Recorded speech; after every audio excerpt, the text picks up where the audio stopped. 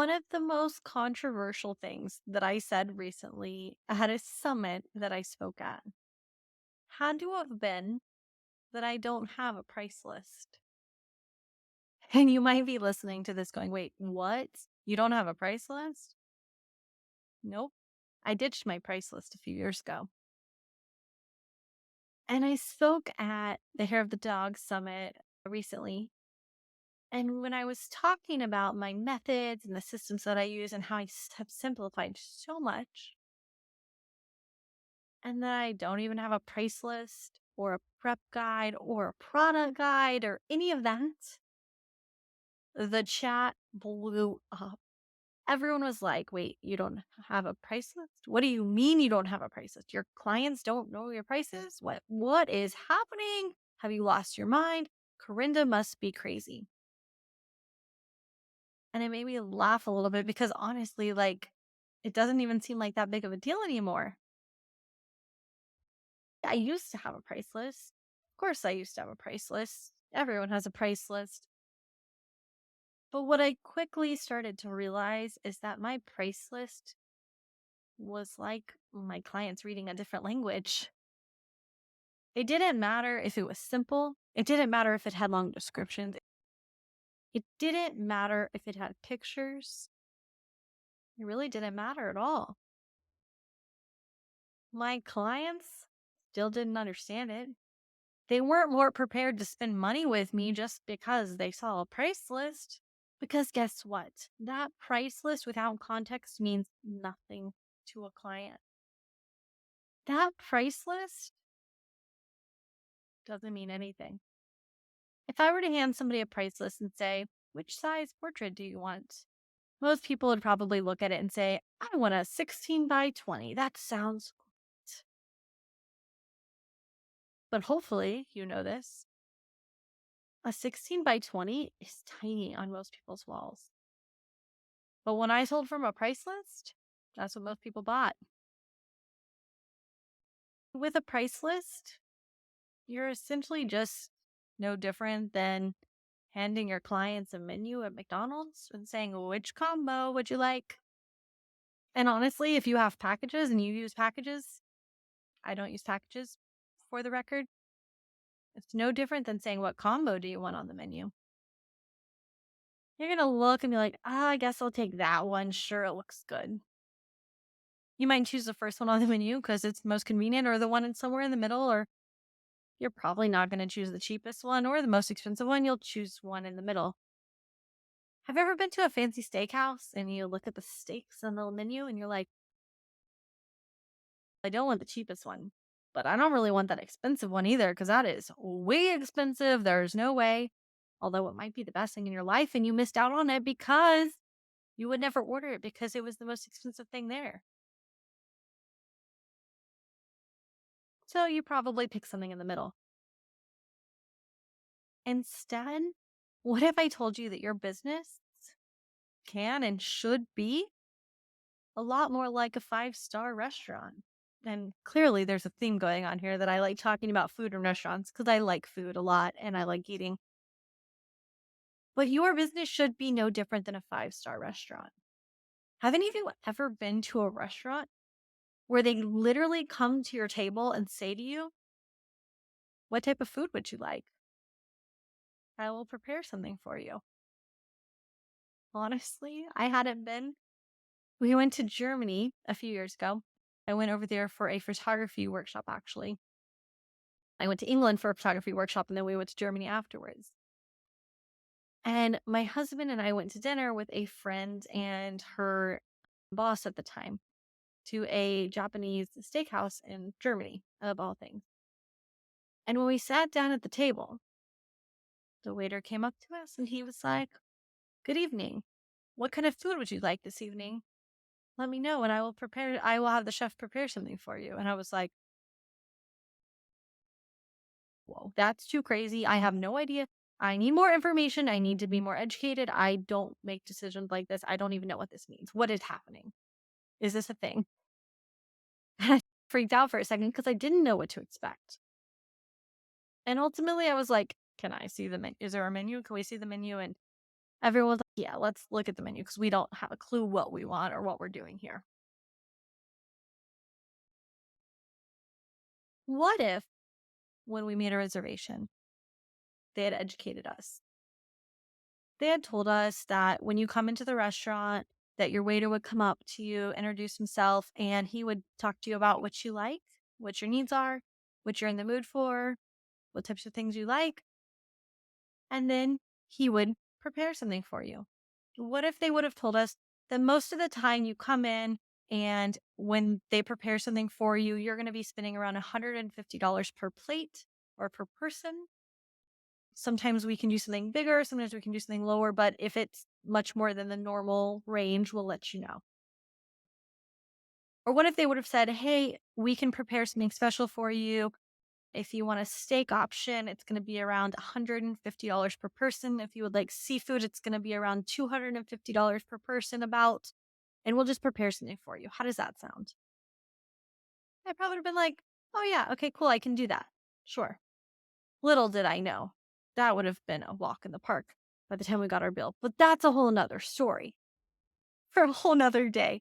This is the most expensive dinner I've had in my life. And it was definitely an experience. And I did learn a lot by this experience. The things that I learned were that I definitely would have been that person who would have loved to have something prepared for me. But I would have liked to have been educated about it first. I would have liked to have known what to expect when I walked into the restaurant. I'd have liked to known ahead of time what I was getting myself into. Because what happened was when they put the menu in front of me, I didn't really understand it. It felt like I was reading a different language. I didn't know what the things were. I honestly couldn't tell you what I ordered. I can remember what the dish looked like, but I can't tell you what I ordered. And I can tell you that it tasted good. It was good. It was very interesting. It was nothing like I had ever eaten before. The whole experience was nothing like I had before. And the thing is that it showed me that I would have much rather been educated. I would have much rather known what to expect. And I would have much rather just trusted them to make me something beautiful and amazing that I liked instead of trying to interpret this menu that I didn't understand. And I think the same thing applies for our client. If you ask most people what they want or what they think they might want, it probably doesn't actually fit what their vision is. That 16 by 20 that most people will tell you they want, or that 11 by 14, I'll tell you what, it's never big enough. If you're sitting there and you are selling 11 by 14s and 16 by 20s to your clients, it's not big enough. I had a client one time that insisted, this was years ago, she insisted that she only wanted 11 by 14 for her wall. And I didn't have the tools to show her, to tell her otherwise, that it was a bad idea. I tried to tell her, I thought I told her. You know what happened when she got her portrait? She called me. She goes, Karinda, I know you tried to tell me this, she said, but that 11 by 14 looks ridiculous on my wall. Don't let anyone ever make that stupid decision that I made. I was like, I need to do better. I didn't do a good job as her photographer letting her put that on her wall. That was terrible. What do I do in the future to avoid that? So now, what do I do? Instead of showing my clients a menu, a price list, a price guide, a PDF guide, whatever it may be, I get to know them. I talk to them.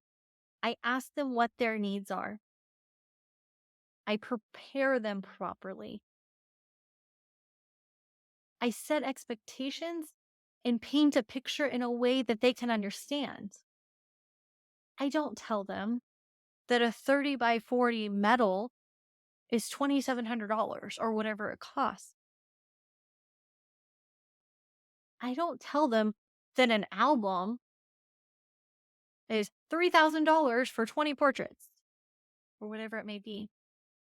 Instead, I paint a picture. How do you paint a picture?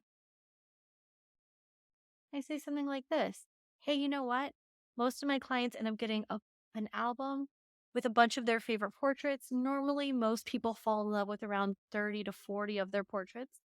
And then most clients end up getting a set of wall art for their home in a mid range size.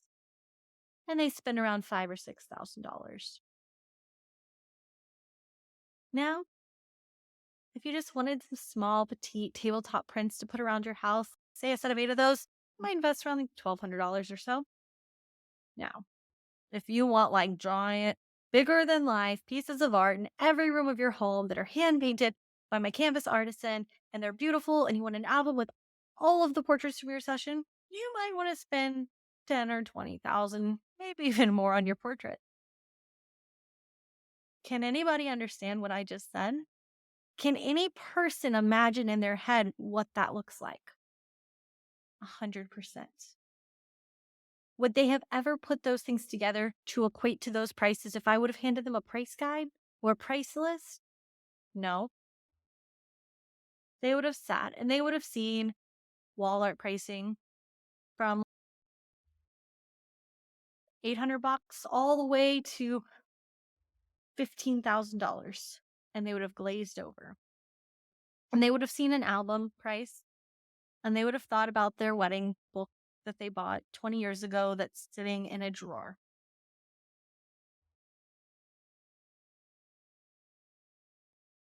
They would have been like, I don't want that. What is that for me? And they would have seen an 8x10 for like $200, and they would have been like, that's insane.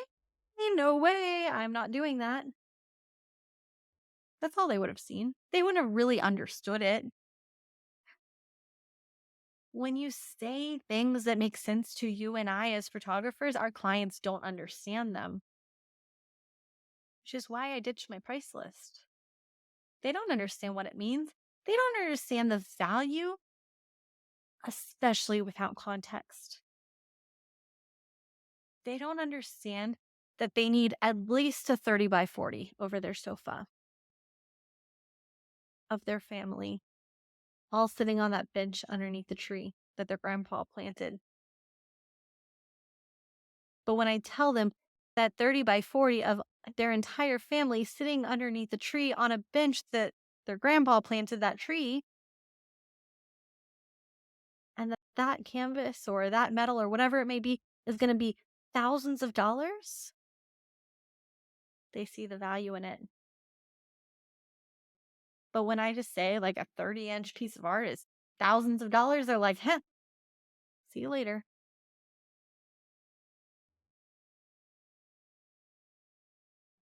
I also decided that the reason that I didn't want to have a price list anymore was because I wanted them to feel like they were taken care of. I wanted them to feel like they were getting that experience. Like I was just asking them questions, getting to know them, and giving them what they were telling me they wanted. I didn't want them to feel like it was their decision to sit there and look at a list of things and be like, oh, which one? Oh, I'll take that one. Sure, that sounds good. I don't know what that means, but I'll take it. I don't want them to feel like I felt at that restaurant. So I have to properly prepare them. I have to properly prepare them and paint a picture of what that investment looks like for most people and what it can look like for them. I have to educate them, over educate them. I have to make sure that I provide an experience that has them ready to invest. I have to get to know their needs so I can serve them and I can be the chef that prepares them exactly what they need and wanted, with them not even knowing what they really needed or wanted in the beginning. And then I have to be able to put the ingredients together and produce it, and to create something beautiful, to create something that's a once in a lifetime. And for them to say to me, you know what, I'm so glad that I got that. I'm so glad that I went for that big portrait. I'm so glad that I went for that big album. Wow. Thank goodness I didn't get small. Thank goodness I didn't go for the tiny picture on the wall. Thank goodness I got that canvas. Wow, it is just stunning. It is out of this world, Karinda. I've never seen anything like it, and I'm so happy that I spent that money on it. The experience was amazing. The process was amazing. You got to know me. You gave me exactly what I wanted, and I felt supported the entire process. That's what I want my clients to say. So I threw my price list away. I stopped trusting that my clients knew how to read a different language. I stopped overwhelming my clients by showing them a different language. I stopped having clients that were buying things they didn't want or necessarily need or didn't fit them because they were treating my price list like a menu, choosing something in the middle because they didn't know any better. And instead, I told them I would take care of them. Instead, I prepared them for the possibility of what they might invest and told them that there's options for everybody because there are. My clients invest $5,000 or $6,000 at a time. I have $1,000 clients and I also have $20,000 and $30,000 clients. It doesn't make me a difference. I love each and every one of them the same. There are people that are at different phases and different stages of life, and there are people that are in different situations. And sometimes my $1,000 clients save their pennies to spend that $1,000 with me. I am forever as grateful to them as I am my clients that spend $20,000, $30,000 or more with me. And they value it and they value the experience. And they don't ever feel like they just drove through McDonald's and ordered off the menu. So, my question for you is, are you going to ditch your price list? Or are you going to keep letting your clients try to figure out how to order off that menu? Are you going to keep trusting that they know how to interpret something that they don't understand? Prices, sizes, products without context have zero value. And you will scare your clients off every time. The same thing applies if you are sending your clients a price list and when they inquire with you and you're saying, here's my pricing, they're ghosting you and they're saying you're too expensive. The reason is because it has no value and no context. It's no different than sending them a price list with your products on it. There's no context and there's no value without context. So I'm going to challenge you. Ditch your price list. Now, I have my session fees on my website. There's nothing wrong with that. Why not? Most people don't even look at them anyway. But I don't have a product price list. I have it. It's in my computer in a giant spreadsheet and all kinds of fun stuff. Also, ditch your packages while you're at it. Ditch your packages and your price list today. But make sure that you have a solid foundation. If you're going to do these big scary things like ditching your price list, you need to make sure you have the foundation. You need to make sure that you have the client experience, the preparation, the education, the marketing in place so that when your clients come through the process, they are prepared and they're ready. They're not left blindsided like me at the Japanese steakhouse in Germany when they were trying to ask me what I wanted to eat. And I had no idea what to tell them because I was like, this is going to cost $1 million and I don't know what to tell them. Now, if I would have known what to expect, I probably could have, but I didn't. Don't leave your clients feeling like that. And don't put your clients in a box. Price lists also put your clients in a box. If you listen to our podcast about the secrets to 5-figure clients, we talk about this. We talk about not putting your clients in a box. And honestly, price lists and packages are a great way to put your clients in a box. Packages specifically are really infamous for that. Because people just choose something that looks good. They choose the middle package because that's what you do. When in all reality, the middle package hardly ever fits people's needs. When I had packages, I did have packages once upon a time. I've done everything. I've tried all of the systems. I've tried all of the methods, let me tell you. When I had packages, people bought the middle package. And Nine times out of 10, the middle package didn't really fit what they needed and probably wasn't big enough art for their wall and didn't necessarily fit their needs. And would always try to like figure out how to make it work for them or adjust it or shift it or have flexibility. Then one day I ditched that too. I ditched a lot of things in my business. I really believe in simplifying. I believe in simplifying everything. I don't have emails that really go out to my clients. I have one email that I send to my clients during their experience with me, and then a couple automated ones that get sent in response to that as well. But I don't send them myself anymore. And they only happen after their session. There are no more emails that go out before their session. I remember when I was a newborn photographer and I would send all these reminder emails and I had this beautiful prep guide and I would send it to these moms. Do you know how many moms showed up to their newborn session with a baby sound asleep? And I'd say, "Did you keep your baby up this morning?" For those of you that don't know, you're supposed to keep your baby up for a couple of hours before you come to the newborn session. And the mom would go, "What do you mean I should have kept them awake?" I'd be like, "I told you in that email 10 times and I put it in the prep guide." They never read it. They didn't care. When I did weddings, same thing. I had the prep guide. I had everything. I had the email series and the sequences that went out to remind them all the things they needed to know. I paid a lot of money to write those email sequences. I wrote them and then I hired a professional copywriter to go through them and make sure they were beautifully crafted and just pieces of art. Guess what? My brides didn't read that. My newborn clients didn't read them.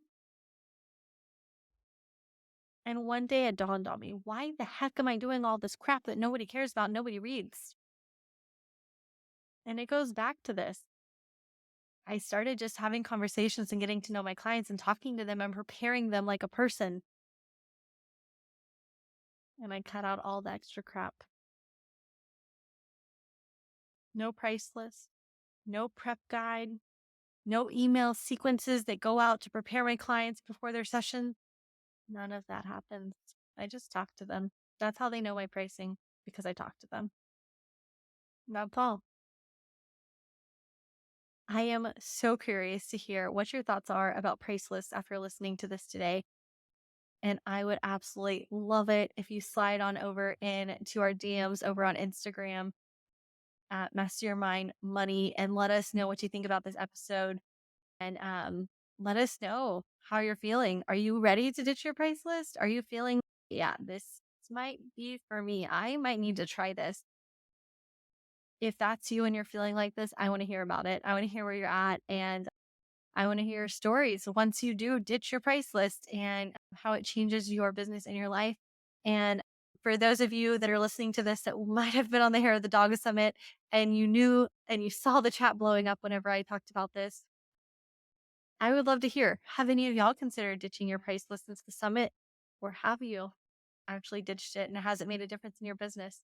I cannot wait to hear from y'all. And I am so excited to see you simplify your business and also make more money. Because isn't that really what this is all about?